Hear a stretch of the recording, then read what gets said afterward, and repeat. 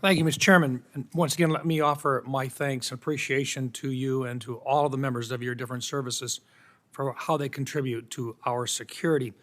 In Director Haynes's original comments, her early comments, she clearly discussed, or at least suggested strongly, the need for the reauthorization of the FISA Section 702.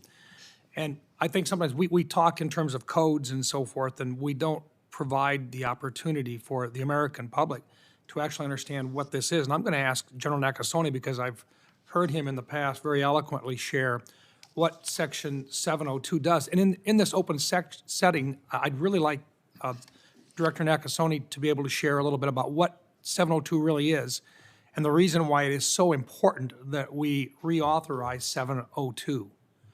Senator, 702 allows the U.S. intelligence community to collect communications of foreigners operating outside the United States that utilize U.S. infrastructure and services. Now, why is that important?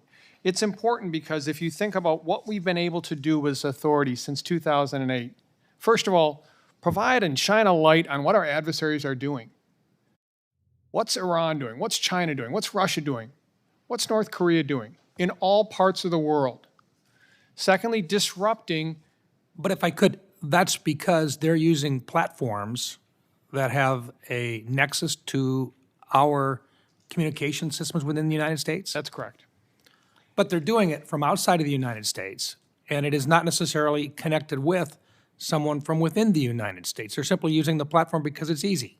Right. Again, I think those are the two really important points. Non-U.S. person, that's foreigner, and it's outside the United States. The second piece is that we have built up and I think have done a very effective job of ensuring not only national security, but the security and rights and civil liberties of our citizens. Those things are not an either or. It's an and statement, and we've been able to do that with internal compliance and external compliance. And I want to go into that a little bit. Could you explain the reverse targeting prohibition and specifically what it prevents the government from doing?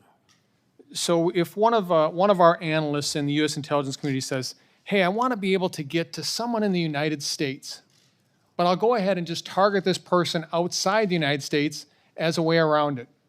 We do not allow that. In fact, we check that very, very carefully. It's audited. It's double checked and triple checked. It's interesting. When we make a mistake, we investigate, we mitigate, and then we report on it. That's the type of attention we pay to this authority. And then there's also been a concern about what is known as incidental collection. Could you explain what is meant by incidental collection and why it's important to our national security? Senator, a lot of times when foreigners are operating outside the United States and they are conducting their communications, they may reference someone in the United States.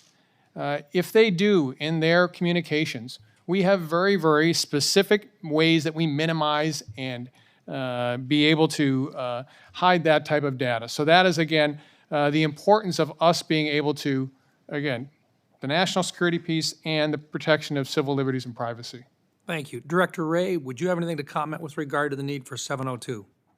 So it is absolutely essential to our ability to protect Americans, to protect victims here from foreign threats. And that's the FBI's lens into it. And I would say, to pick up on a point that General Nakasone made, that we take very seriously our role as stewards of these important authorities. And we have, I know concerns have been raised about compliance, understandably so.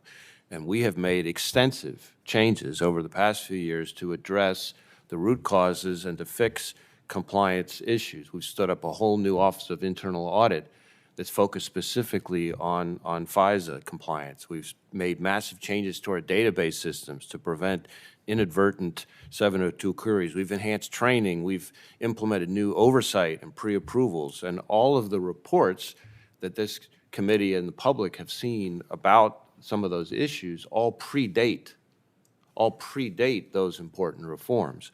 And I look forward to being able to share the impact of those reforms, as well as our focus on our trying to make sure people are using the authority in a surgical and judicious way, which is why I'm very pleased to be able to share with the committee today, publicly, for the first time, that we saw in 2022 a 93% year-over-year drop in U.S. person queries. 93% drop. And that's not an aberration. It's about an 85% drop if you compare it to 2020. So this is major impact. This is something we're going to treat as an ongoing effort, but it is part of our focus as stewards of these important authorities to make sure that we are protecting American civil liberties, but also using the tool in a way that is so valuable to protect Americans, in particular, increasingly these days, increasingly to protect American victims from malicious cyber actors. You know, I've talked before about how the Chinese have the largest hacking program in the world by far, bigger than every major nation combined, and they've stolen more of our personal and corporate data than every nation, big or small, combined. You look at the Russians. We've talked before about their treating of cyber as an asymmetric weapon, and they've invested significant resources in that. You look at the Iranians and their efforts to conduct destructive attacks even in the United States. And all of these powers are trying to build pre-position capabilities in the event of a much more serious conflict.